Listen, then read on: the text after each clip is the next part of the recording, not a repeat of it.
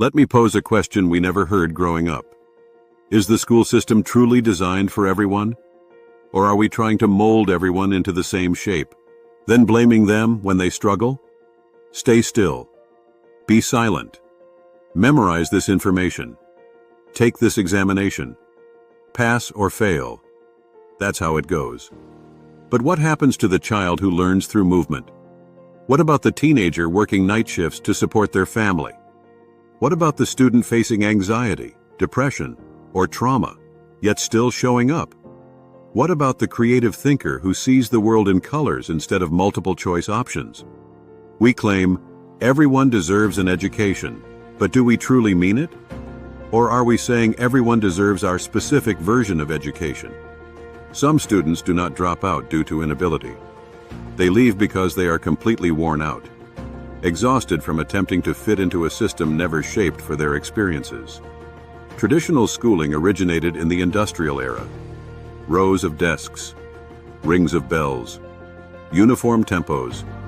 It rewards obedience. But today, life has changed dramatically. The world now appreciates creativity, adaptability, emotional smarts, and digital know-how.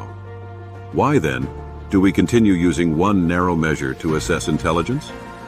Here's the hard truth. When someone leaves conventional schooling, society labels them a failure.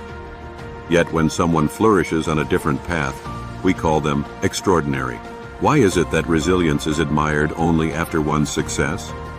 Why don't we question the system rather than the learner? Could it be that the system isn't broken? It simply lacks flexibility. This is where the GED shines, not merely as a backup option, but as a testament that there's more than one way to learn. The GED communicates, you can take a break. You can change your direction. You can come back even stronger. It asserts that attendance doesn't define intelligence. It acknowledges the importance of maturity. It values life experiences. Countless single parents study after tucking their kids in. Many full-time workers sneak in math lessons during lunch breaks. Numerous young adults rebuild their confidence after being labeled not academic. This isn't weakness. This is growth. So perhaps the deeper question isn't, why didn't you graduate high school? Maybe the true question is, what type of learner are you? Because some learn traditionally. Others learn by making comebacks. Self-directed learners. Resilient learners. All deserve recognition. Education shouldn't focus on fitting in. It should encourage rising up. If school didn't serve you well the first time, it might not be due to a lack of intelligence.